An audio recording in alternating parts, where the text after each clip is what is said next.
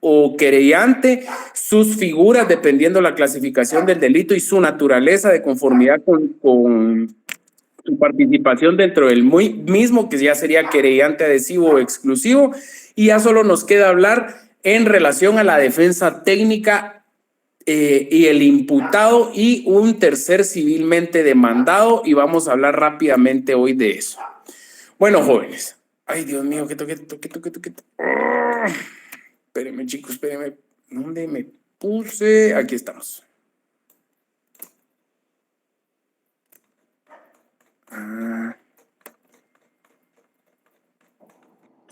Disculpe, antes de que sí, ¿quién me habla ahí? Maco. Perdón, no lo veo. Maco, ¿qué tal? Contame. Una pregunta. Cuando usted hablaba del estudio jurídico, básicamente lo que usted quiere es que nosotros nos basemos en todas las bases legales que la jueza argumentó o utilizó. Es lo que yo entiendo que usted necesita que hagamos en el trabajo.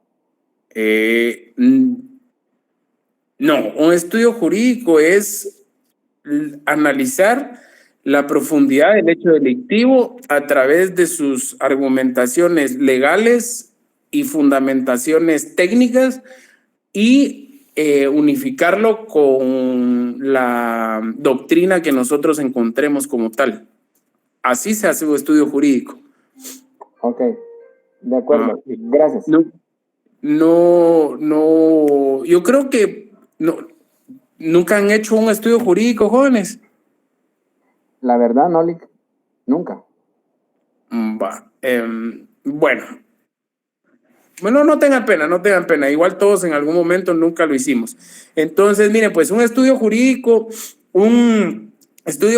doctrinal va basado en la materia, que sería el delito, su fase procesal y el enriquecimiento que tenga en relación a la doctrina para unificarlo y comprender la base sistemática de la figura delictiva que funda la institución del delito como tal. Por ejemplo, los que fueron a ver extorsión hay para hablar, jóvenes, no los quiero regañar ni nada, pero ya llevaron técnicas de estudio de investigación y ya la ganaron. Entonces, creo que sí sería prudente que retroalimentáramos un poquito tercer semestre o segundo semestre, no sé en cuándo es que se lleva ahora, y nos basáramos bajo esas estructuras que se dan. Esto les va a ayudar mucho para el desarrollo de su tesis también. ¿Oyeron? ¿Estamos, Maco? ¿Estamos, chicos? ¿Dudas, sugerencias o comentarios? Sí, gracias.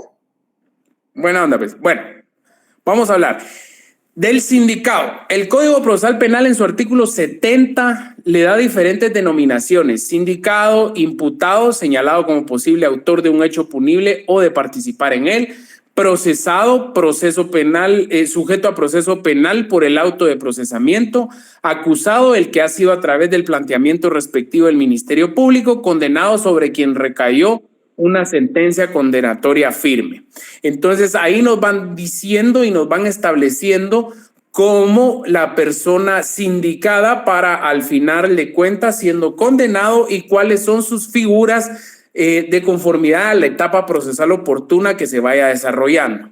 Sindicado sabemos que es dentro de la etapa preparatoria, imputado es el momento de la primera declaración cuando ya queda ligado a proceso, procesado es en toda su fase general, y habíamos dicho señalado ya desde el debate para adelante. Pero todo eso lo pueden observar y corroborar en el artículo 70 del Código Procesal Penal. La condición de imputado en un proceso se adquiere desde el momento en que la autoridad fiscal o judicial comunica a una persona que se le está investigando por la comisión de determinados hechos delictivos y se le atribuye una participación en el mismo. La condición de imputado deja de ser cuando finaliza el proceso o se haya dictado sentencia absolutoria y se encuentre firme. Esto se los voy a dejar en amarillo porque seguramente es, esto márquenlo en amarillo, perdón, como ya les envié su material de estudio. Esto es seguramente pregunta de examen. Bueno. Imputado es la parte pasiva necesaria del proceso penal. Se ve sometido al proceso y se encuentra amenazado en su derecho a la libertad, en el ejercicio o disfrute de otros derechos cuando la pena sea de naturaleza diferente. ¿Qué quiere decir con eso? Que una persona, ¿se acuerdan los que fuimos el día de ayer?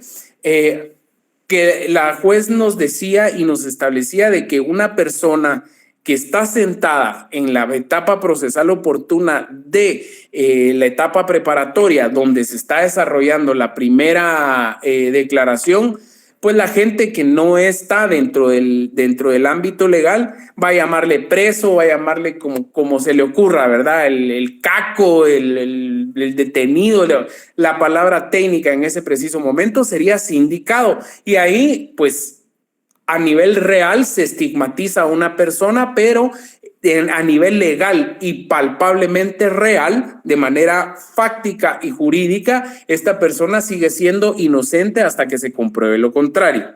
¿Ya?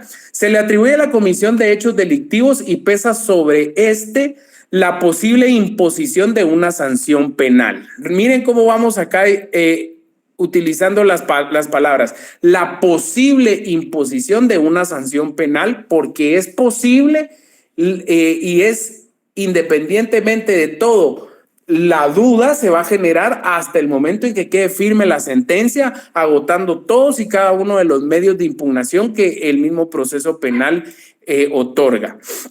Entonces, entendemos que la sanción penal al momento de que se dicte la sentencia, de no existir persona contra quien se dirija la acusación, no puede entrarse en el juicio y por lo tanto no cabe dictar sentencia condenatoria de aquí a que se considere como diligencia de investigación imprescindible de la identificación y determinación del imputado. ¿Qué nos está queriendo decir? De que una persona que se encuentre involucrado en un hecho delictivo, si se encuentra rebelde por fuga o se encuentra rebelde porque no se ha podido localizar, para hacerle saber el por qué él se encuentra involucrado dentro de un proceso penal, no se le puede condenar. De primero se le tiene que escuchar, oír, de primero citar, escuchar, oír, debatir y vencer en el juicio. Esas son las etapas. Esas son las etapas que se van dando. Entonces, si dentro de esa etapa la persona no se encuentra fácil de localizar y se le ha dictado alguna rebeldía en la cual se gire la orden de aprehensión, así como las que fuimos a ver de extorsión, que fueron de las 3 o 4 que hemos ido a ver, yo creo que 2 o 3 son por orden de aprehensión que se ha girado por el órgano contralor. Entonces, en ese preciso momento, el proceso se interrumpe, pero la investigación puede seguir. Y donde se interrumpa, se va a jalar a la persona y se le va a decir, mire, dentro de este tiempo que se ha investigado, se le ha averiguado esto y esto y esto y esto y esto y esto, y ya se empiezan a dar las calificaciones jurídicas. Sin embargo, eso no quiere decir de que, como no se le ha localizado, entonces ya se le llevó su primera declaración. Como no se le ha localizado, entonces ya vamos por apertura a juicio. El proceso siguió y todo. No se puede, porque si no se estaría vulnerando su derecho a ser escuchado dentro de un proceso como tal. ¿Estamos? El artículo 309 del Código Procesal Penal establece que la segunda cuestión, objeto de la etapa preparatoria después de la averiguación del hecho, consiste en determinar quiénes son los partícipes, procurando su identificación y el conocimiento de las circunstancias personales que sirvan para valorar su responsabilidad o influyan en su punibilidad. Si esto no se llega a lograr, se tendrá que mandar a archivar la causa de conformidad con el artículo 327 del Código Procesal Penal, que señala archivo cuando no se haya individualizado al imputado. El Ministerio Público dispondrá por escrito el archivo de las actuaciones ante el juez competente.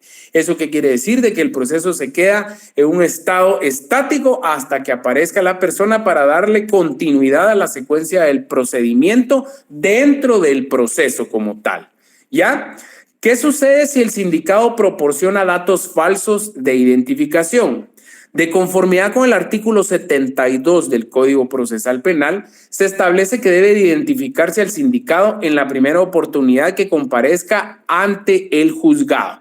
¿Se acuerdan de que la jueza amonestaba a las personas que se encontraban sentadas en el banquillo de sindicados para que se dirigieran con la verdad y proporcionaran todos y cada uno de sus medios de identificación para individualizar a la persona en relación a su participación delictiva? Esa es una de las 4 plataformas que se enmarcan para la consumación de un hecho delictivo.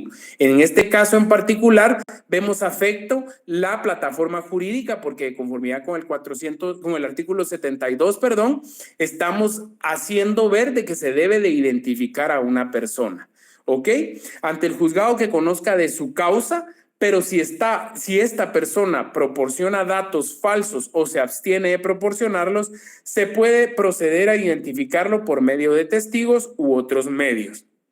Esto lo dice y lo establece el artículo 72 porque otrora costaba mucho la individualización plena y precisa concreta de una persona, más que todo cuando estábamos en la cédula de vecindad. Ustedes la mayoría son patojos, pues, pero en mi tiempo cuando utilizábamos la cédula de vecindad era fácil tener, y se daba en muchas oportunidades los registros civiles de las municipalidades, supongamos de la antigua, muchas personas tenían una cédula y, ¿qué les puedo decir? Sija, Quetzaltenango tenían otra cédula, entonces era dificultoso individualizar con su identidad a una persona, ¿verdad? Entonces, ahora es muchísimo más fácil con la tecnología porque los PNCs tienen una especie como que fuera de POS, en donde ustedes ponen su huella y ya con su huella dactilar se traslada esa información a una base de datos que gira toda la información requerida. Ahora es muy difícil no poder identificar plena, precisa, concretamente a una persona con un documento de identificación. Entonces, la duda sobre la verdadera identidad de una persona procesada no altera el curso del procedimiento, pues existe la posibilidad de que los errores sobre estos datos puedan ser corregidos en cualquier oportunidad, aún durante la ejecución penal. ¿Qué quiere decir esto? Que si había una persona que estaba sindicada a un delito y se le atribuía todos y cada uno de los elementos que la ley manda para que se pueda fundar un delito, pero él se llama Juan Pérez de los Palotes y aparecía como Cristiano Ronaldo, él se fue en todo el proceso como Cristiano Ronaldo, pero en aquel tiempo se logró determinar de que esta persona actuó de mala fe diciendo que era Cristiano Ronaldo cuando realmente era Juan Pérez de los Palotes. Entonces, dentro de ese orden de ideas, pues había que corregir la identidad. Sin embargo, el acto y el hecho delictivo ya estaba perpetrado, ¿verdad? ¿Dudas, sugerencias o comentarios en relación a esto, chicos? ¿No? Ok.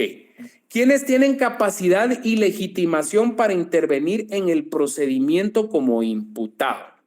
Primero, según el Código Penal, solamente las personas físicas pueden ostentar dicha capacidad, ya que incluso en el caso de que se trate de delitos cometidos a través de personas jurídicas, deben de responder por ellas los representantes legales de las mismas. Esto de conformidad con el artículo 38, ahí lo apuntan, del Código Penal. Y la legitimación del imputado no es ciertamente un tema problemático, ya que toda persona se encuentra pasivamente legitimada para el proceso por el mero hecho de resultar imputada en un procedimiento penal. Sin embargo, las personas jurídicas pueden ser capaces de estar sindicadas de ilícitos penales según la ley de narcoactividad en su artículo 10, Ley contra la defraudación y contrabando aduanero en su artículo 13 y otras las cuales establecen las personas jurídicas pueden ser consideradas como autores de ilícitos penales, aunque refiere el tratadista Eduardo González en su libro de apuntes de Derecho Penal guatemalteco que aunque aparezcan en la ley contra la narcoactividad penas aplicables a personas jurídicas, en ningún tipo penal se contempló como consecuencia jurídica dichas penas, por lo cual son inaplicables. ¿Por qué? Porque no se va a dejar presa a una sociedad anónima, ¿verdad, chicos? Se tiene que dejar detenida, privada de su libertad, a una persona individual en representación de una persona jurídica, ¿ya? ¿Dudas, sugerencias o comentarios? Vamos bien, ok. ¿Qué sucede si quien comete un posible ilícito es un incapacitado mentalmente? Si una persona al cometer un ilícito penal se encuentra en situación de incapacidad mental, debe de atenderse a que la ley establece que es inimputable. No puede imponérsele una pena, pero no puede sencillamente dejársele en plena libertad, sino debe de iniciarse un procedimiento específico denominado juicio para la aplicación exclusiva de medidas de seguridad y corrección estipulados en los artículos 484 y 487 del Código Procesal Penal. ¿A qué refiere esto? A que, supongamos, por darles un ejemplo, yo tengo una familiar que está postrada en silla de ruedas, padece de una comorbilidad, y esta persona pues nunca se ha declarado en estado de interdicción. Entonces, como nunca se ha declarado en estado de interdicción, ante los ojos del Estado, es una persona que goza de derechos y tiene la adquisición de obligaciones. Sin embargo, al estar involucrado en un ilícito penal y el juez observa y hace una calificación somera, porque realmente hablando no se necesita ser, ¿cómo se llama?, químico, farmacéutico o astronauta para determinar de que una persona no está en sus cabalidades, pues entonces esta figura del 484 al 487 le da la facultad, basado en la sana crítica razonada y la independencia judicial, al juzgador que lo esté llevando, de llevar un procedimiento específico de conformidad con esta fundamentación. Entonces nos establece que es decir que después de cometido el hecho, puede ponérsele a disposición de un órgano jurisdiccional competente y con base en el artículo 77 del Código Procesal Penal, proceder a su internación para observación. La institución en la cual se interne proveerá un informe sobre el estado psíquico del imputado y, si es necesario, su internamiento. ¿Esto qué quiere decir? De que, pues, bueno, a la larga, en la vida real no sé qué será peor, si parar en el Federico Mora o parar en el preventivo, Dios me libre, toco madera.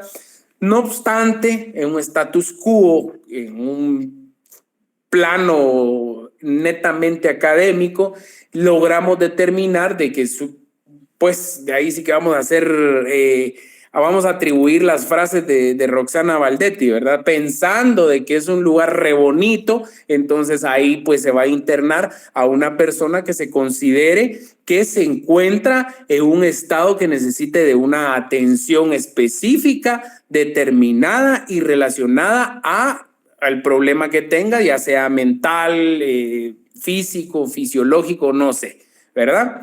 ¿Dudas, sugerencias o comentarios? ¿Nada? Démosle pues. ¿Qué sobreviene si un imputado cae en situación de incapacidad mientras se le está procesando penalmente? Esto suele pasar lastimosamente dentro del sistema penitenciario en algunas oportunidades. En la mayoría, diría yo, no se dan abasto para controlar el hacinamiento, y el hacinamiento genera en algunos casos conflictividad interna dentro de los preventivos, y al punto que se han llegado a amotinar los privados de libertad. Dentro de esas acciones, los privados de libertad han dejado paralítico a otras personas de las agresiones que se les ha dado. Eso no es no es algo, un secreto, ¿verdad? Eso ya todos lo sabemos. Y acá está la fundamentación que nos establece cómo se blindó el Estado para estas acciones, ¿verdad? Entonces dice que si durante el proceso de una persona se determina que entra en un estado de incapacidad, debe procederse de conformidad con el artículo 76 del Código Procesal Penal, el cual determina que se provoca la suspensión de su persecución penal hasta que desaparezca la incapacidad. Esto no significa que el Ministerio Público no intervenga en el hecho, puesto que es su obligación, y si se tienen concretas sospechas de que la persona que padece esa incapacidad es la que ha cometido el hecho ilícito, debe de pedirse la aplicación del juicio mencionado de aplicación de medidas de seguridad y o corrección. Sin embargo, durante el procesamiento por el juicio específico mencionado, recobrará la capacidad mental, puede incluso en el mismo debate entrarse a resolver su situación de conformidad con el artículo 485, numeral tercero y 486 del Código Procesal Penal. Esto es pensando que la persona quedó incapacitada de manera temporal y recobró.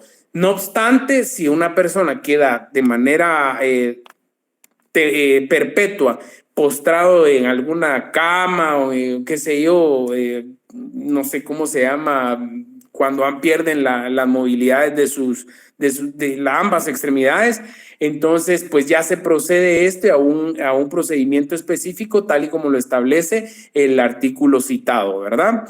Entonces, ¿dudas, sugerencias o comentarios acá? Francisco, contame. Licenciado, no sé si me escucha. Te escucho a lo lejos, pero no tengas pena, yo me acerco acá. Digamos, por ejemplo, el que cometió el delito, por ejemplo, la pena del delito que cometió fueran de 5 años y la persona pasa en el centro de rehabilitación, digamos, unos 7 años, igual se recupera, entonces no contaría como que, o sea, tiene que igual afrontar un juicio después de esos 7 años. No precisamente. Al final de cuentas, pues la acción reparadora ya se dio, la persona ya se encuentra sometida a una imposibilidad. Y recordemos de que lo que se busca es la justicia social, ¿verdad? Entonces, ese término de 5 años que hubiese sido purgado en una condena fue sustituido por 7 años en un hospital por una incapacidad, entonces por humanidad el Estado le puede dar la facultad de absolverlo o darle ya condena cumplida. ¿Me explico? Sí, gracias. Obviamente, Francisco, esa es una acción que debe el litigante que está en la defensa técnica hacerla ver, ¿verdad? Muchas veces, supónganse, ha sucedido de que, supongamos, un agresor al final de cuentas paró teniendo un daño más fuerte que el que ocasionó. Incluso hay jueces de que consideran de que la condena física que se le dio, supongamos alguien que atropelló a una persona por salir huyendo, se fue a meter su guamazo a un poste, el poste le cayó encima y eso le amputó el brazo. Eso sirve para que un juez determine la viabilidad de decir, bueno, se le condena o no se le condena, se le requiere nada más a través de sus personeros o de sus familiares cierta cantidad de pago. Entra mucho en juego en relación al análisis, ¿verdad? Recordemos de que no puede ser taxativo la implementación del derecho, porque el derecho es un ente rehabilitante. ¿Me explico, Francisco? Sí, gracias. Ok. ¿Qué sucede si existen varios procesados y solo uno de ellos cae en situación de incapacidad mental? No obstante sea declarada la incapacidad de un sujeto dentro de un proceso penal, no debe de inhibirse la averiguación del hecho o continuar con el procedimiento con respecto a otros imputados, ya que la persona puede recobrar la capacidad y ser sometida a un juicio oral común. Además, para la aplicación de una medida de seguridad y o de corrección, debe proveérsele que la persona incapacitada mentalmente lo ha cometido para poder imponerle tales situaciones. ¿Estamos? Eso está claro. ¿Qué sucede si un imputado se niega a comparecer a una citación, se ausenta sin causa justificada o se da a la fuga y ya se le está procesando? Vamos a ver. Bueno, si es así, si así se hiciera, se prevé que el artículo 79 del Código Procesal Penal, la llamada rebeldía, así será declarado rebelde el imputado que sin grave impedimento no compareciere a una citación, se fugare del establecimiento o lograre a donde estuviere detenido, rehuyere la orden de aprehensión emitida en su contra o se ausentare del lugar asignado para residir sin licencia del tribunal, este último caso para cuando se haya otorgado medida sustitutiva.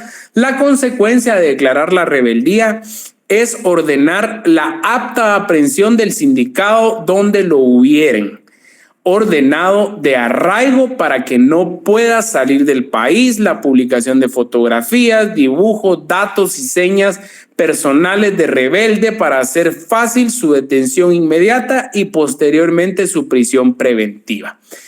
Ese término abarcó, es muy amplio, pero ya hoy por hoy, pues lastimosamente por un delito leve, pues ya no se utilizan la propagación de medios de difusión con las caras, ya solo se utilizan cuando son de alto impacto los delitos. No obstante, todos los que fuimos, no sé si hay alguien de los que esta vez sí tienen que estar conectados, más de alguno de los que fuimos a la audiencia, pudimos observar de que hubieron varias en las cuales se giraron órdenes de aprehensión y por rebeldía fueron trasladadas estas personas al juzgado para dilucidar su situación legal. Incluso, no sé si fue la de ayer o la de antier, no otorgaron medida sustitutiva porque no se tenían las actuaciones de mérito por parte del fiscal de extorsiones y se le tuvo que hacer ver el hecho del motivo de su detención. No sé si se acuerdan, no sé si hay alguien que está acá que me pueda refrescar un poquito la mente. ¿No? Jóvenes. Bueno, la cosa es que cuando se gira una rebeldía por parte de una persona que no respetó sus medidas sustitutivas a la prisión preventiva y no respetó o no acató las citaciones que se le dieron para el efecto, se le va a girar una orden de aprehensión de manera inmediata para ponerlo a disposición y la posibilidad que se le otorgue una medida sustitutiva es muy baja, dado de que ya hay un antecedente de que esta persona, pues lo que le hicieron ver le vino del norte y no se presentó a dilucidar su situación legal, ¿verdad? ¿Cuáles son los efectos de la rebeldía?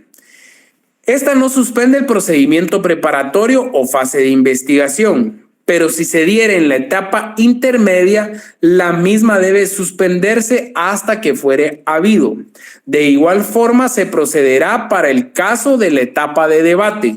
Si el sindicado fuere aprehendido, el proceso continuará según el estado en que se haya quedado. Respecto de el procesado, y si hubieran otras personas, el proceso debería de continuarse en forma normal y el proceso de estos, si el proceso de estos no se interrumpió. ¿Estamos? Eso no hay ningún problema. Yo creo que ahí estamos más que claros, ¿verdad?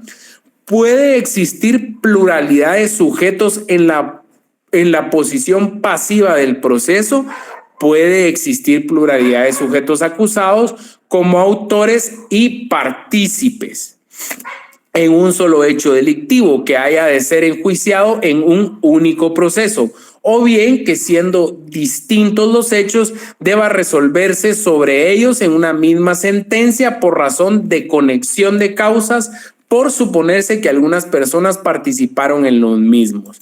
Esto es fácil. No sé si tienen alguna duda en relación a esto, en la pluralidad de procesos. Supongamos, vamos a poner un ejemplo, Maco era el representante de un banco, Maco estafó, yo hice otra acción punible y al final de cuentas van a unificar y van a conexar esos casos. Más fácil. ¿Se acuerdan cuando estábamos en las audiencias de extorsión y nos hacían ver de que hay una pluriparticipación de parte de los que están involucrados dentro del proceso penal de extorsión y que absolutamente todos tienen la misma calidad y condición de autores? ¿Por qué? Porque uno puede ser el que fragua y el que organiza, pero los otros que facilitan los medios también de conformidad con la ley y la doctrina, según los fallos de la Corte y la jurisprudencia establecida dentro de la misma. Ahí ya les estoy dando el chivo para que vayan a averiguar del tema de extorsiones. Se determina de que todos tienen una misma figura de participación. Entonces, supongamos de que agarran al que dio la cuenta y agarran al que hizo la llamada y agarran al que se facilitó la comunicación con la persona a extorsionar, pero los agarran en diferentes etapas o en diferentes tiempos. En algún momento, antes de llegar al debate, dentro de la investigación se logra determinar que tienen un mismo árbol genealógico procesal. Entonces se conexan las causas y se dilucida la situación legal por separado de cada uno en las etapas en las que se hayan quedado y se unifican en una sola para salir a una sentencia, ya sea condenatoria o absolutoria, de conformidad como se vayan desprendiendo las actuaciones. ¿Estamos? ¿Dudas, sugerencias o comentarios? ¿Les quedó claro el ejemplo? ¿Buscamos otros si no? No, todo bien, vaya. La defensa técnica. ¿Quién me habló? Perdone, Juan Francisco. ¿Qué tal, Juan Francisco? Buenas noches, Lick. Yo le agradecería si fuera tan amable de ejemplificarnos con otro tipo de caso para que podamos ampliar el conocimiento. Regresemos entonces al caso de Maco. Perdón, Maco, al que estaba poniendo, Maco no está sindicado, mucha, no vaya a creer que está sindicado, ¿no? Vamos a suponer que Maco, Jonathan, Byron y yo dispusimos a armar una... ay, Dios mío, ¿cómo es que se llama? Aparte de una... ay, Dios, una financiera. Ese es otro caso típico. Yo soy el representante legal. Yo respondo por la financiera en su condición de sociedad anónima. Maco es el agente de ventas. Él es el que facilita la comunicación con un tercero para poder capitalizar la entidad a la cual yo represento y darle sus respectivos intereses. ¿Y quién más habíamos dicho? Byron.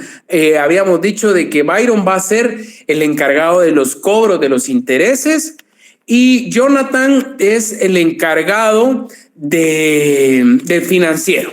Vale. Nosotros venimos y disponemos a hacer quebrar esa financiera.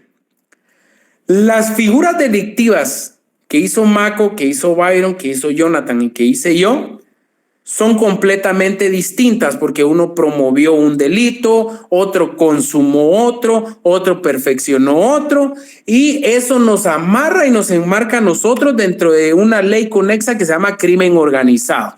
Entonces, dentro de la ley de crimen organizado nos van a jalar a nosotros 4, ¡pum! Y van a individualizar plena, precisa y concretamente cada uno de los actos, hechos y circunstancias que hizo Maco, Byron, Jonathan y yo, Juan Francisco. Entonces, ¿qué sucede? ¡Pum! Al primero que agarran es al representante legal. ¡Pum! Me voy yo. Ah, sí, el representante legal firmaba todo. Sobre él va la responsabilidad jurídica. Ok, perfecto. Maco, él era el estafador. Ok, perfecto. Byron era el que hacía los cobros. Entra en la figura de estafa. Y Jonathan era la figura que le daba la gama de la recaudación de impuestos. Entonces, Jonathan se va a ir, Maco y Byron por estafa. Jonathan se va a ir por un lado por, ¿qué te digo?, defraudación tributaria. Y yo voy a cargar con la responsabilidad de ellos tres.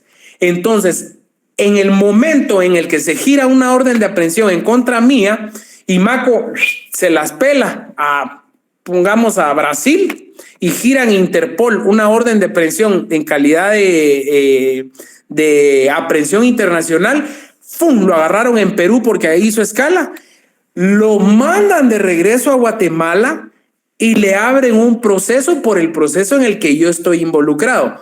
Pero cuando miran la raíz del problema, del árbol natural de la participación del delito, ven que Maco estaba involucrado exactamente en la misma causa que yo, solo que con otra figura delictiva. Lo meten conmigo.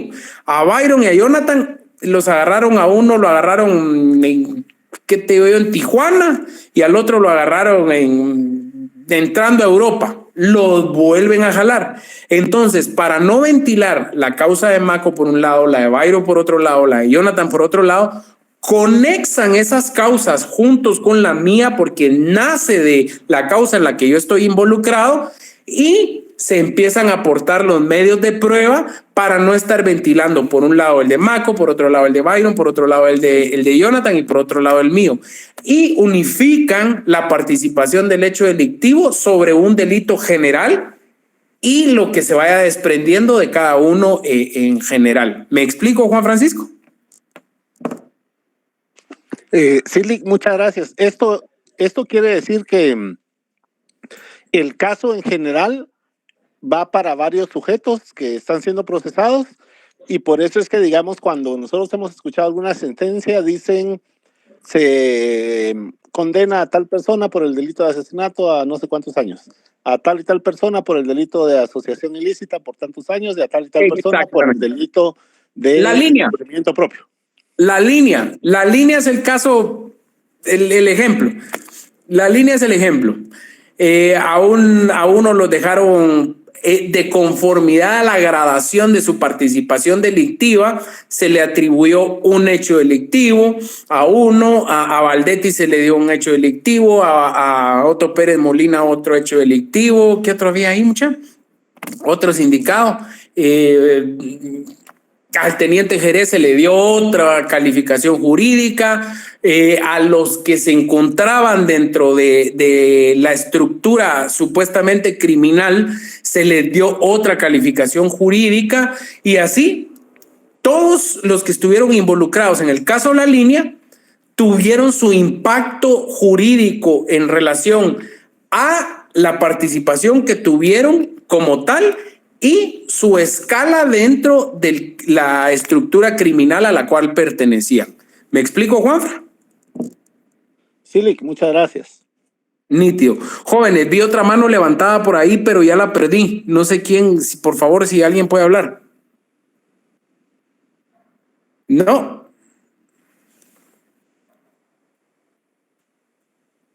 No, ok, bueno. Todo claro aquí, ¿verdad, jóvenes? Bueno, ¿quiénes pueden ser abogados defensores? Ahí estamos. Artículo 93 del Código Procesal Penal. Solamente los abogados colegiados activos pueden ser defensores y no puede darse mandato alguno con respecto a esta calidad. Claro. Yo en este preciso momento tengo una relación laboral con una institución del Estado y tengo prohibición del ejercicio profesional. Yo no puedo ser abogado defensor. No obstante, soy colegiado activo porque la ley me lo manda. Pero vamos a suponer de que a Francisco lo van a involucrar en un proceso penal y está sujeto a investigación. Yo no puedo hacer un mandato y Francisco me dice, mire, compadre, defiéndame que la grande habla. Entonces, yo no puedo venir y delegar a vos, Juan Francisco, a que lo defendas en mi nombre, ¿ya? No se puede. Eso es claro. Entonces, ¿qué es lo que sucede? Yo me tengo que abstener y tiene que entrar a batear un abogado litigante apto para el ejercicio de la defensa técnica de esta persona que se encuentra sindicada. ¿Estamos? ¿Dudas, sugerencias? Fátima, perdón, no te escucho. Lo de abogados defensores. Ok. Bueno, vamos pues. Está buena la canción, déjala. ¿Quiénes pueden ser abogados defensores? Artículo 93 del Código Procesal Penal. Solamente los abogados colegiados activos pueden ser defensores y no puede darse mandato alguno con respecto a esta calidad. Ok, Fátima. Mira pues, yo pertenezco a una institución del Estado y estoy involucrado en la burocracia. La ley me obliga a mí a ser colegiado activo para poder desarrollar mi relación laboral con la institución a la cual yo pertenezco. Eso no hay ningún problema. Pero no puedo ser abogado litigante a favor de X o Y persona toda vez de que mi investidura me lo prohíbe por el renglón en el que yo me encuentro en este momento. Entonces, yo no puedo ejercer como abogado litigante, no obstante, tengo mi condición de colegiado activo. Ahora bien, si supongamos Maco necesita que yo le dé asesoramiento y yo le lleve la defensa técnica, como yo no puedo porque tengo prohibición legal, entonces no puedo venir y hacer un mandato judicial y decir, Fátima, haceme el favor de defender a Maco en nombre mío. Eso no se puede delegar. La función de la representación en juicio o la función de la defensa técnica es indelegable a terceros. La vinculación es directamente entre el abogado y la persona a defender. ¿Me explico? Ok, perfecto. Lick, perdone, para este tipo de impedimento o inhabilitación en cuanto al ejercicio de la profesión, yo tengo entendido, por ejemplo, que los jueces municipales no pueden ejercer. Pero, por ejemplo, si usted es un asesor jurídico de cualquiera de las instituciones del Estado, pero está encuadrado dentro del grupo, dentro del subgrupo 18, no tiene ese impedimento. ¿Qué otras personas tienen impedimento, Lick? Perdón. Todos los que no ejerzan una relación laboral de más de 6 horas. Todos. Suponete y que no tengan un renglón 011, o sea, que no estén en condición de presupuestado. Suponete, yo estoy en renglón 011, en condición de presupuestado, porque yo tengo una relación contractual de 8 horas, tal y como lo establece la ley laboral, la ley del Código de Trabajo. Pero vos podrías tener un 022, por darte un ejemplo, y tener un horario de 6 horas. Y eso sí te faculta poder litigar. En su efecto, podrías tener un 029. Ahorita voy, Byron, ahorita voy. En su efecto, podrías tener un 029 como asesor profesional, técnico profesional, en donde no tenés que cumplir un horario más que solo hacer dictámenes y asesorar directamente al despacho que te corresponda, podés litigar. El 035 también te faculta y el montón de renglones que ya no sé ni cuántos hay, pero prohibición directa es 011 y 022 que estén a 8 horas. 022 a 6 horas y el restante pueden ejercer su profesión liberal. Okay. ¿Quedó claro, Juanfra? Sí, gracias. Ok. Byron, contame. Pero no hay una excepción a la regla de que dicen, como por ejemplo, los trabajadores del Estado, bueno, no pueden ejercer, pero como por ejemplo los docentes, si hay una excepción de que sí pueden ejercer. Exactamente. yo soy juez de asuntos municipales y de tránsito. Yo estoy investido de conformidad con el Código Municipal con todas las calidades y prerrogativas de un juez de paz. Es decir, por supletoriedad, a mí me abarcan ciertas calidades y condiciones que tienen los jueces de paz del organismo judicial. Entonces, yo tengo prohibición de ejercicio profesional y tengo la prohibición de hacer cualquier otra actividad lucrativa, con excepción de la docencia, que es la que estamos ahorita llevando a cabo. ¿Te queda claro, Byron? Byron. Sí, licenciado, gracias. Ya se comprendí. Muy amable. Ok. ¿Alguien tiene otra duda, sugerencia o comentario, chicos? ¿No? Y solo un punto para ponerle la guinda al pastel.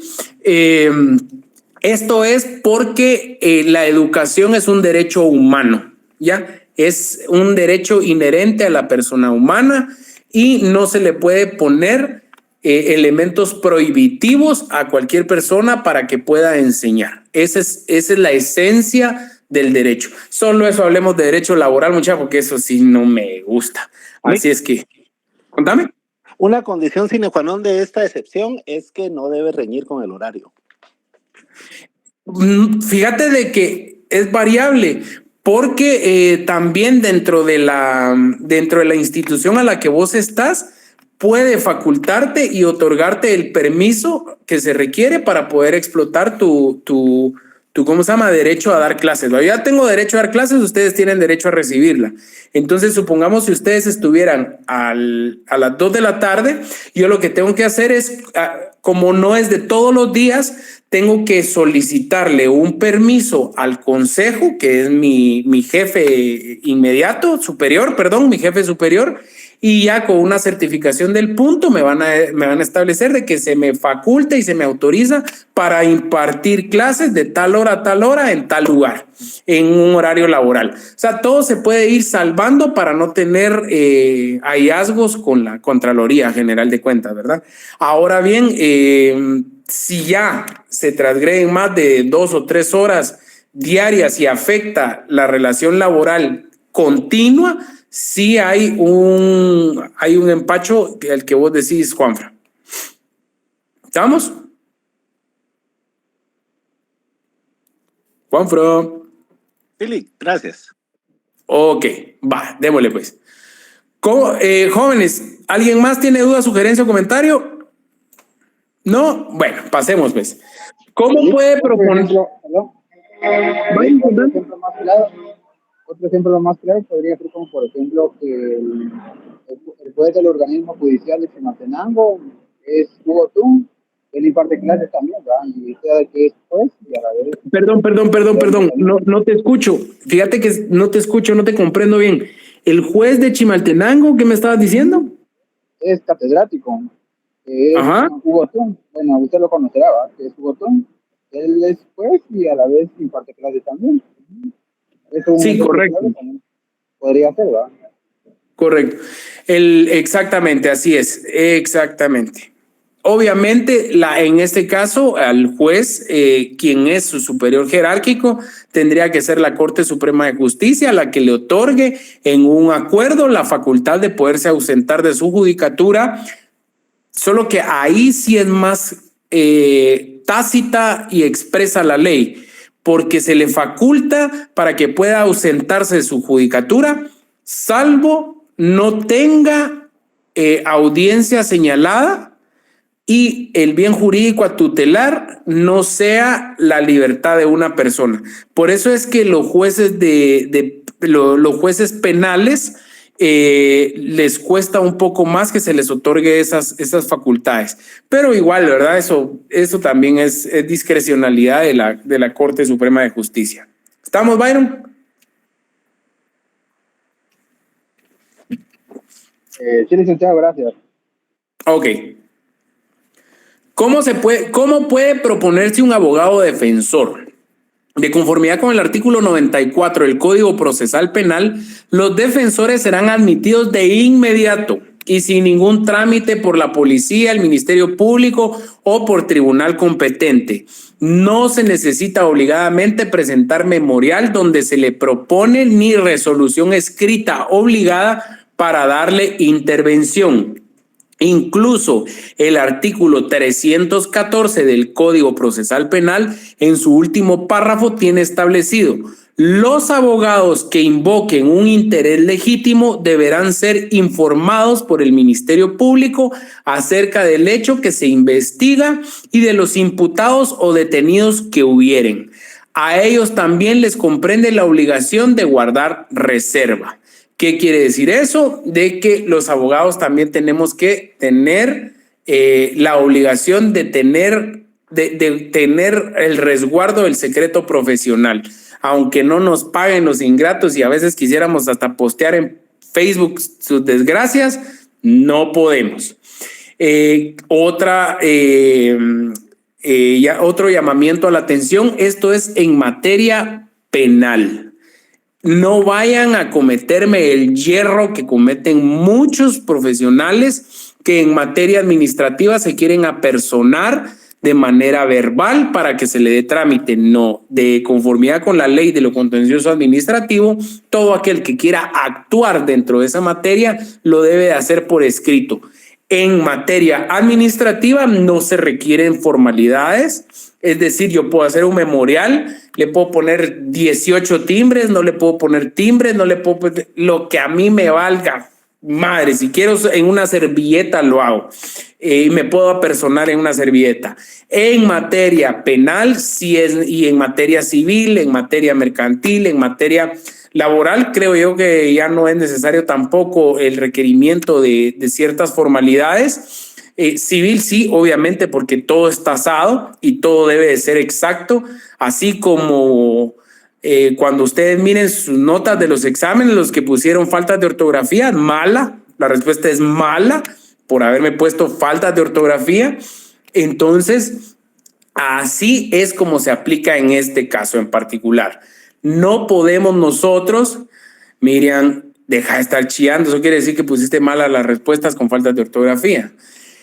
Pues sí, entonces acá es eminentemente penal. Se pueden apersonar de manera verbal de conformidad con el 94 del Código Procesal Penal y nadie les puede decir que no de manera verbal y de inmediato les tienen que dar trámite.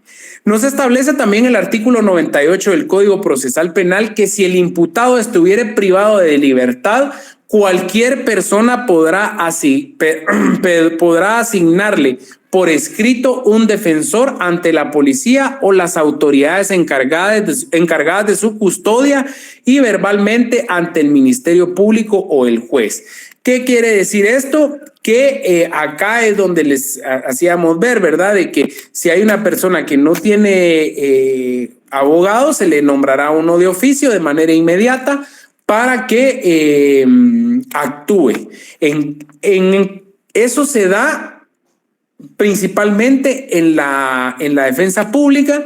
El Departamento de Asignaciones hace un nombramiento y uno ya va con su nombramiento ante a la autoridad que corresponda, ya sea PNC, ya sea Ministerio Público o lo que se considere, para que le den trámite. ¿Por qué? Porque la defensa pública es una institución y debe de documentar todo eso. La defensa pública tiene su figura penal, que es su esencia natural, pero su figura funcional, que es administrativo. Entonces ella se va a regir por sus leyes internas y cuando exista divergencia nos vamos a ir internamente a nivel administrativo por el lado de lo contencioso administrativo y en su esencia funcional, en el espíritu de la creación del Instituto de la Defensa Pública Penal, va a ser eminentemente todo lo relativo al derecho sustantivo y adjetivo penal. ¿Estamos, chicos? ¿Dudas, sugerencias o comentarios? Perdón. Alguien me escribió. Ya que tocó el tema, déjenos algún trabajo extra para subir los puntos del primer parcial.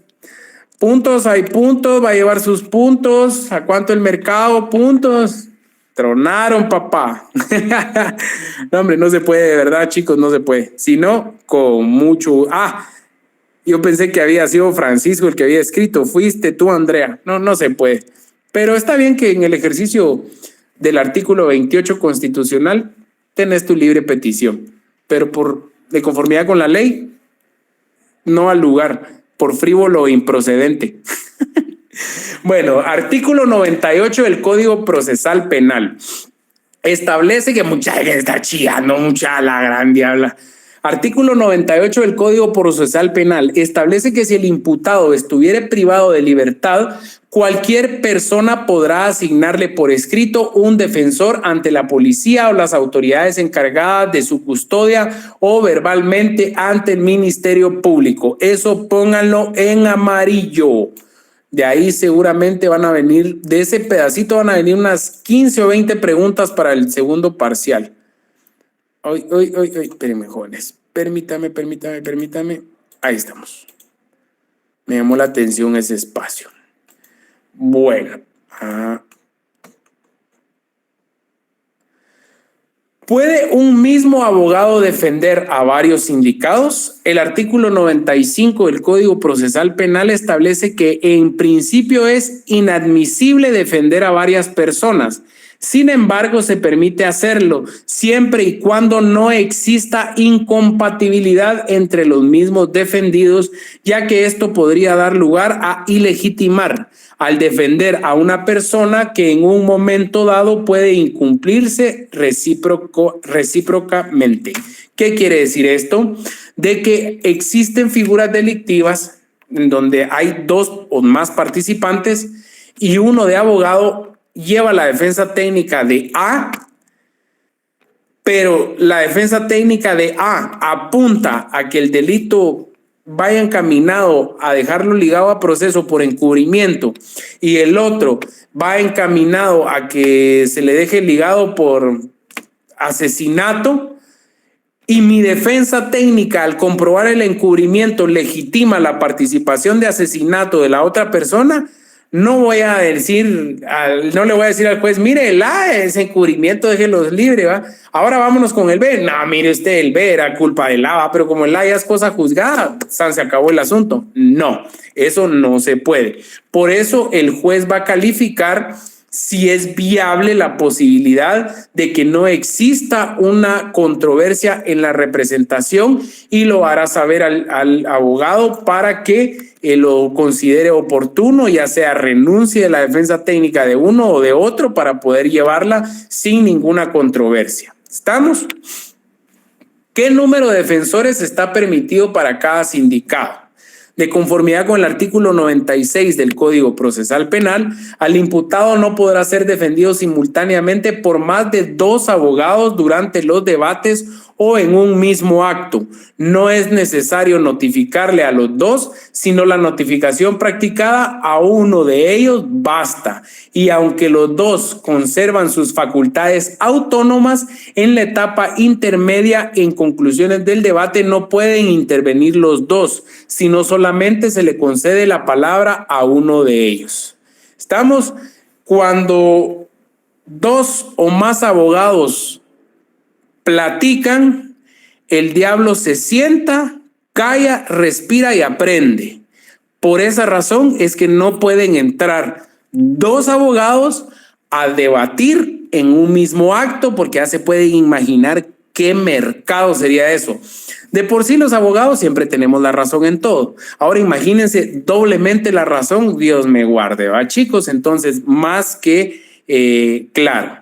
Entonces, cada defensor puede designar un sustituto para que intervenga si el titular no puede hacerlo, y la interpretación que se ha dado en este artículo se refiere a que cada defensor de los 2 tenga un sustituto, por lo que pueden haber hasta 4 abogados para una misma persona, 2 titulares y 2 suplentes. Ver artículo 97 del Código Procesal Penal. ¿Qué quiere decir esto, jóvenes? Lástima, hombre, que esto no lo podemos ver en práctica, pero nunca se les olvide esto. Cuando se acepta la doble participación de abogados en la defensa de un sindicado sea molesta para que ambos actúen conjunta, separada e indistintamente, pero la personería se unifique en una sola persona al momento de debatir o discutir. Entonces, si uno va a actuar como abogado defensor en conjunto con otro, pues los estudios jurídicos doctrinales que se vayan a hacer para el planteamiento del ejercicio de la defensa va a recaer en el traslado de la misma en uno solo, pero los dos van a coadyuvar haciendo mayéutica para hacer entender la participación del hecho delictivo, ver cuáles son las falencias del proceso, de la investigación, bla, bla, todo lo que se desprende de la misma, ¿verdad? ¿Dudas, sugerencias o comentarios hasta dónde vamos, chicos? No, bueno. ¿Puede renunciar un abogado defensor y en el mismo momento dejar el proceso? El abogado defensor puede renunciar al ejercicio de la defensa técnica según el artículo 102 del Código Procesal Penal y en este caso se procederá así. El Ministerio Público o tribunal competente fijará un plazo para que el imputado pueda reemplazarlo, vencido el cual será sustituido por un defensor nombrado de oficio por el tribunal. El renunciante no podrá abandonar la defensa hasta que intervenga su sustituto. No se podrá renunciar durante el debate o las audiencias. En este caso, como no hay un plazo establecido para que pueda nombrarse un defensor de confianza, luego de una renuncia, se puede hacer uso del artículo 176 del Código Procesal Penal, que contempla otorgar audiencia por 3 días para que se nombre el sustituto. ¿Eso qué quiere decir? Chicos, eso le pasa a todos los que en algún momento éramos recién graduados. Si van a pensar renunciar a la defensa técnica porque no les han pagado sus honorarios, pues tienen que hacerlo de conformidad con lo que establece el artículo 102 para evitar que les vayan a certificarlo conducente al Tribunal de Honor por abandono de defensa. Y esto pues cobren por adelantado. Sus centavos son sus centavos y bien merecidos los tienen. No vayan a hacer el error que muchos cometimos de no cobrar por adelantado solo porque llegaron a hacernos ojitos. Y ay, pobrecito será mi sombrero. No nos pagan y al final paramos chambeando de gratis, ¿verdad? Porque si no, no funciona la cosa y suele ser peor la sanción, ¿verdad, jóvenes? Entonces, pasamos. ¿Dudas, sugerencias o comentarios en esto, chicos? ¿No? ¿Cero bolas? Ok. ¿Qué sucede si un abogado abandona la defensa técnica?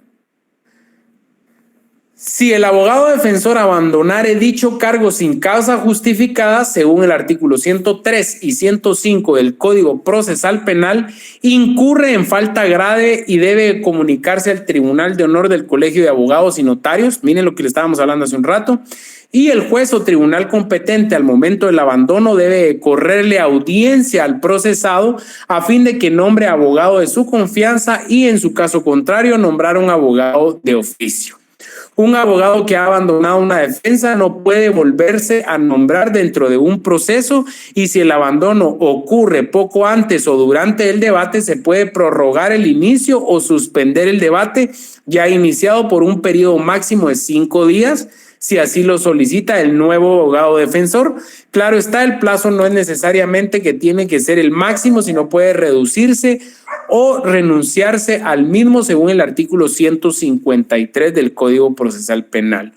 Esto suele pasar cuando estamos en el ejercicio de la defensa técnica de los detenidos, que llega el Ministerio Público o el mismo juez, mire, ya se va a vencer el plazo, vamos a la audiencia. Sombrero, yo no voy a entrar a una audiencia si no sé absolutamente nada. Por lo menos me da 3 horas para leer el procedimiento y cómo voy a plantear yo mi plataforma de defensa o un periodo racional, o en su efecto, si estamos en esa etapa, prefiero suspender la audiencia, empaparme de las actuaciones durante el término de 5 días y realizar mi defensa técnica de conformidad, con lo que yo tengo ya palpable y visualizado dentro de la carpeta ministerial que tenga las investigaciones de mérito.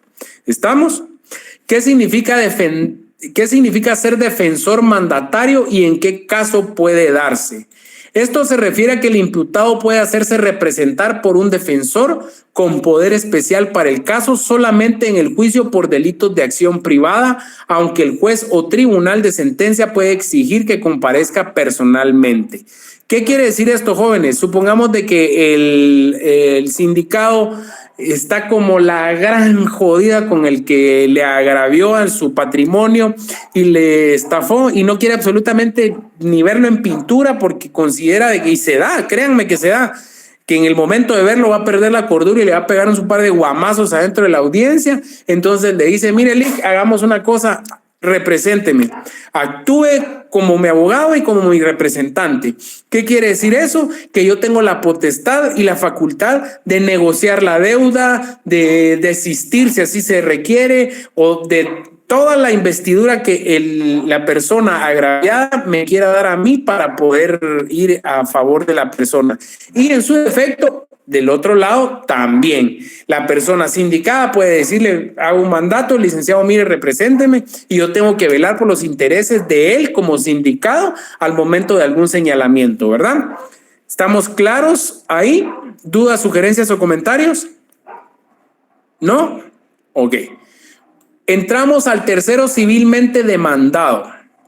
Según la ley procesal penal guatemalteca, es la persona que por previsión directa de la ley puede intervenir en el proceso penal como demandado para responder por el daño que el imputado hubiere causado con el hecho punible.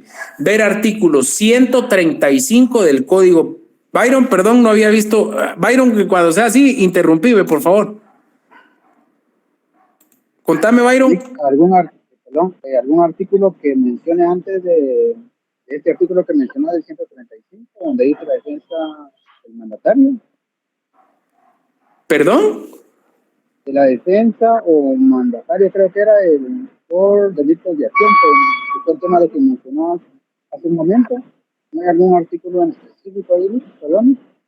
Fíjate que no lo tengo acá, lo voy a mandar, no lo tengo específico acá, buena pregunta, no lo tengo específicamente acá anotado, lo voy a buscar y se los envío a Classroom porque está entre el 148 al 156 por ahí está, pero lo voy a buscar y se los mando en relación a el defensor mandatario. Yo se los voy a buscar mejor y se los mando porque no lo tengo.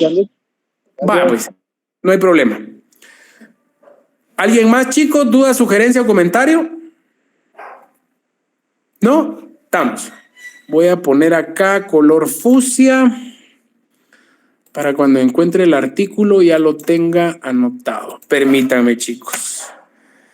Averiguar fundamento legal y enviar en Classroom. Ahí estamos.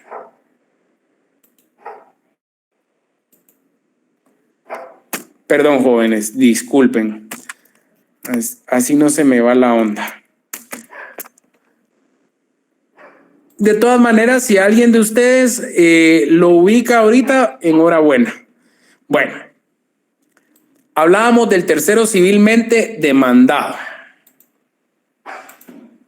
Según la ley procesal penal guatemalteca, es la persona que por previsión directa de la ley puede intervenir en el proceso penal como demandado para responder por el daño que el imputado hubiere causado con el hecho punible. Esto de conformidad con el artículo 135 del Código Procesal Penal, del decreto 7-2011, que derogó la figura del actor civil y por ende este sujeto tercero civilmente demandado no debe de estar ya en el proceso aunque le hayan dejado vigencia normativa. ¿Qué quiere decir esto? De que volvemos a introducción al derecho 1. Es un derecho vigente, no positivo, porque no ha sido tácitamente derogado, expresamente derogado, sino que tácitamente derogado, pero aún se encuentra dentro de la ley y el ordenamiento legal normativo del Código Procesal Penal. Si mal no estoy, creo que hay algunos códigos que ya lo hicieron. Que alguien escribe ahí. Artículo 106. José Gabriel, contame. Referente al defensor mandatario, licenciado, es el artículo 106. No era 146. Bueno, ahí está, Byron, gracias. Byron, copialo, porfa. Sí, gracias, muy amable. Ya lo apunté. Gracias, gracias, José Gabriel, muy agradecido. Vamos a ver.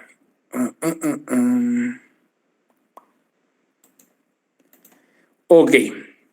Asimismo, muchísimas gracias, José Gabriel. Asimismo, el artículo 135 determina que esta persona puede ingresar al proceso a petición de quien ejerce la acción reparadora. Ahora, la figura es actor civil, a efecto de que actúe dentro del proceso penal como demanda y responda por el daño que el imputado hubiere causado con el hecho punible. Esto es lo que estábamos viendo en la clase anterior. Habíamos establecido de que, si bien es cierto, hay condenas establecidas dentro del ámbito penal, hay figuras que se desprenden también del ámbito penal para poder hacer el diligenciamiento sobre las figuras civiles, pero ya no como tercero civilmente demandado, sino que como actor civil. La palabra técnica pues cambió y varió a actor civil. Los consultores técnicos como auxiliares de los sujetos procesales. Consultores técnicos de los sujetos acusadores y vamos a hablar de los sujetos acusados. Los consultores técnicos no forman parte directamente de los sujetos acusados o acusadores, sino que va a depender de quien proponga como su auxiliar en la posición que sustente. Esto, de conformidad con el artículo 141 del Código Procesal Penal, ha establecido que si se considera por alguna de las partes la necesidad de ser asistido dentro del proceso por una persona que posea alguna ciencia, arte o técnica a efecto de poder ejercer de una mejor manera cualquiera de las posiciones en las que se encuentren, pueden proponer su intervención ante el ente fiscal o ante el juez o tribunal. Ante la Fiscalía, por ejemplo, puede solicitarse en trámite de la etapa preparatoria si se están recabando elementos por parte del ente investigador y el defensor o querellante adhesivo u otro quiere controlar lo que hace un perito nombrado y fiscalizar su actuación, y puede solicitar al fiscal la intervención de su consultor técnico de conformidad con los artículos siguientes. Artículo 141, segundo párrafo del Código Procesal Penal, y artículo también 317 del Código Procesal Penal y el artículo 316. Vamos a suponer que dentro de un proceso penal se sacó una calca de una firma y el dictamen del INASIF consideramos de que no es coherente, viable y fue realizado con la pericia respectiva, entonces podemos nosotros proponer a un perito que tenga las calidades y condiciones que reúnan, o podemos proponer a dos para que esa determinación sea plena, precisa y concreta para el accionar de la defensa técnica de un sindicado. ¿Estamos? ¿Dudas, sugerencias o comentarios en relación a esto? ¿No? ¿Estamos bien? Ok. ¿Cuáles son los requisitos para que esta persona pueda ser aceptada? El artículo 224 y 225 del Código Procesal Penal nos establecen los requisitos sine qua non que la ley manda. Y jóvenes, hemos concluido hasta acá nuestro segundo parcial.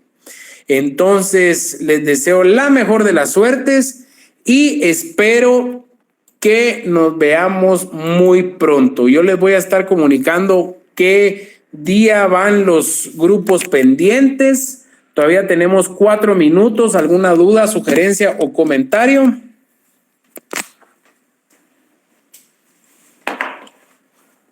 En relación a las dinámicas del curso, ¿no?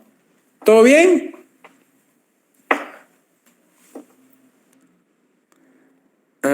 Quiero ver quién escribió ahí. Ojalá que esta vez sí tengamos tiempo para analizar las preguntas, Lick. Sí, van a tener 15 minutos. Sí, solo van a hacer como 20 preguntas. 20 puntos va a valer el ¿cómo se llama? Lick, así en serio, lo que pasa es que así, de verdad, pese a lo que se piense y al apoyo que nosotros podamos tener del material, se supone que un examen es para analizarlo y en el primer examen teníamos preguntas que tenían hasta 10 renglones de letras. Entonces, solo el leer eso nos consumía el tiempo que teníamos asignado para la pregunta. Y obviamente, si usted hizo el examen y usted extractó las preguntas, usted tiene la respuesta inmediata, pero nosotros no. Es que ya va la casaca. Eso les pasó. ¿Saben por qué les pasó eso? Porque en primero y segundo primaria no leyeron Pepe y Polita. Porque si hubieran leído Pepe y Polita, hubieran tenido agilidad para leer más rápido. Pero vamos a ver cómo les echo la mano. Yo concuerdo con Juan Francisco, licenciado, porque fue muy poco tiempo. No me grande. Vamos a ver. Les voy a hacer 20 preguntas. Le voy a dar 1 minuto y medio por pregunta, pues estamos hablando de media hora. Media hora para 20 preguntas es demasiado mucha. Si las preguntas son de falso y verdadero y tienen un renglón, sí es tiempo suficiente, Lick. Ya va, es que mucha, pero si ahí está el solo copy-paste, le dan a la onda. Vas a demandarle. Pepe y Polita, no puedo ser, ya me siento viejo. No, ustedes nunca recibieron eso. No, Jerónimo, me acabas de matar. No, mucha, ahorita todos por la culpa de Jerónimo tienen 25 puntos menos. De una vez se los digo. 1 hora, dice Carla, para 20 preguntas. No, hombre. Cada pregunta es de 5 líneas de nos temblarán. Unos 2 minutos duran. Bueno, vamos a ver, pues. Bueno, van a ganar, hombre. Yo sé que van a ganar en el nombre de Dios, pero pilas para leer. O sea, la cosa no es que nos regale el examen, pero que nos considere y que no sea así muy estrangulador, hombre. Vamos a ver ahí.